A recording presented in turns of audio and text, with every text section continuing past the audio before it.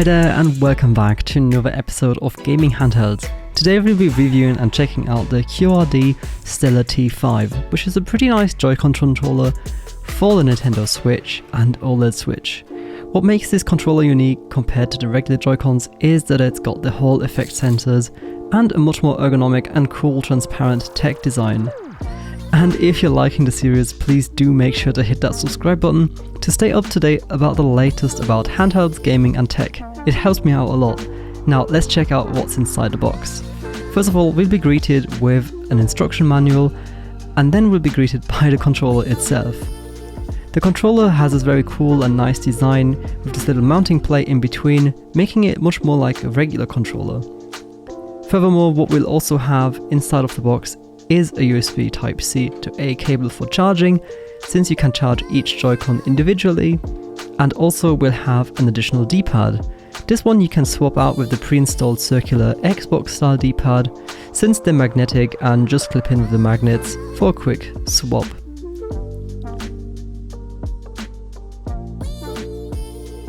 And once you've got that swapped in, it basically feels like a much more normal D-Pad, or you can opt to have this circular disc D-Pad, which I'm going to keep in since I think it's quite cool. On the back we also have this nice grippy texture, as well as these macro programmable buttons, as well as vibration control buttons, and also this new design with the grip feeling. Attaching the Stellar T5 is actually quite similar to regular Joy-Cons, so let's get this controller installed on the Nintendo Switch. We can already see that it's quite a lot bigger and basically gives your Switch a much more ergonomic and console-like feeling. You'll want to detach the left and right Joy-Cons of the Switch and also from the little attachment plate. Once you've got that slid out, you can put this by side and attach them just like you would with any other Joy-Con to your Switch. They just slide right into the rails, left and right. And once these were installed, what immediately stood out to me was two main things.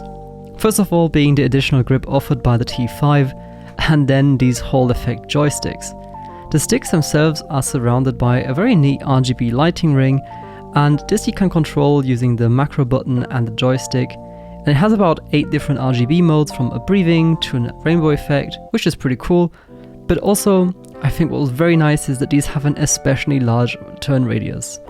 When you compare these to the original Joy-Cons, these have such a big control and turn radius, giving you just so much more accurate feeling and precise control. I also really like how much smoother and tactile the joysticks themselves felt. They have this nice tactile coating or material on top, making them much more grippy than the original ones, which I previously in, for example, the Steam Deck video or the Ally X, I've really enjoyed, and I'm glad to see that they have a similar design going on here. What's also different about these ones is the A, B and X and Y buttons, and also the D-pad, have a much more clicky and tactile button press feeling to them. QRD mentions that they have a micro switch button for a much more crisp mouse click sound. And yeah, I can confirm. It's also similar for the left and right shoulder and trigger buttons. These again have a much more clicky and yeah, easy to press mouse click kind of feel to them. What's also good about this controller is that it's got the 6-axis gyro in both controllers, so that means whether you're using it on the Switch or in Joy-Con mode, you can use it for games such as Mario Kart, or as I was doing in Overwatch, for that gyro aim. On the front of the controller, we have, besides from the original Switch buttons, a turbo button, and what this allows you to do is either have quick, automatic or continuous fire modes. These of course can also be adjusted to different levels of speed. And speaking of addressable programmable buttons, on the back you'd have those 2 macro buttons that are programmable for each side of the Joy-Con individually. You can map any functions you like, such as the A, B, X and Y buttons onto it, or the left and right shoulder or triggers. And also speaking of adjustments, you can also change how strong the vibration motor of the Joy-Cons is. So here you can pick between 6 different levels of intensity, again for each side separately. And if you're looking for a controller and also a Joy-Con for your Switch, then the Stellar T5 from QRD is definitely a great option, especially if the original Joy-Cons are giving you some problems after longer gaming sessions. The controller will have a much better and nice ergonomic grip, And what I especially liked about the T5 is that it made my Switch feel much more closer to a more powerful or beefy handheld such as the Ally or Steam Deck.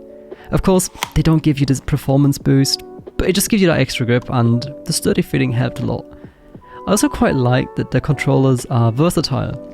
So you can use this included mount to slot both controllers in, and you can also easily pair the T5 with your PC. This would go again via Bluetooth, and they essentially pair just like Joy-Cons would to your PC.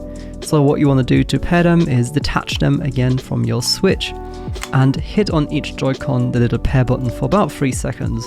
It'll start blinking, indicating it's ready to pair, and you can then add each Joy-Con individually in Windows. Once they've added in, you can then use them as any other Joy-Con.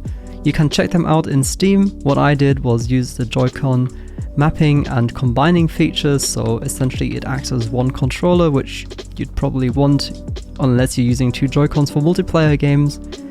And once that was done, you could play all your PC games using a Joy-Con-like experience. Now, I wouldn't recommend it too much for example, racing games, which I tried out with Sonic All-Stars Racing. Since the shoulder buttons or triggers, they don't have the analog input since they're only a button click, so you won't get that much of a precise input there. But the joysticks themselves felt really nice and really well to play with, and I enjoyed actually how it felt on the PC. Also, what's cool is that you can use the T5's Bluetooth functionality not only with your PC, but also your Android or iPhone, and pair them via Bluetooth there too. Now, I'll have links for all of this in the description below, where you can pick up a T5 for yourself if you think this is a cool controller. And with that, I'd like to say thanks a lot for QRD for sending out this review unit, and thank you very much for watching. I hope you've enjoyed it, and I will see you in the next one.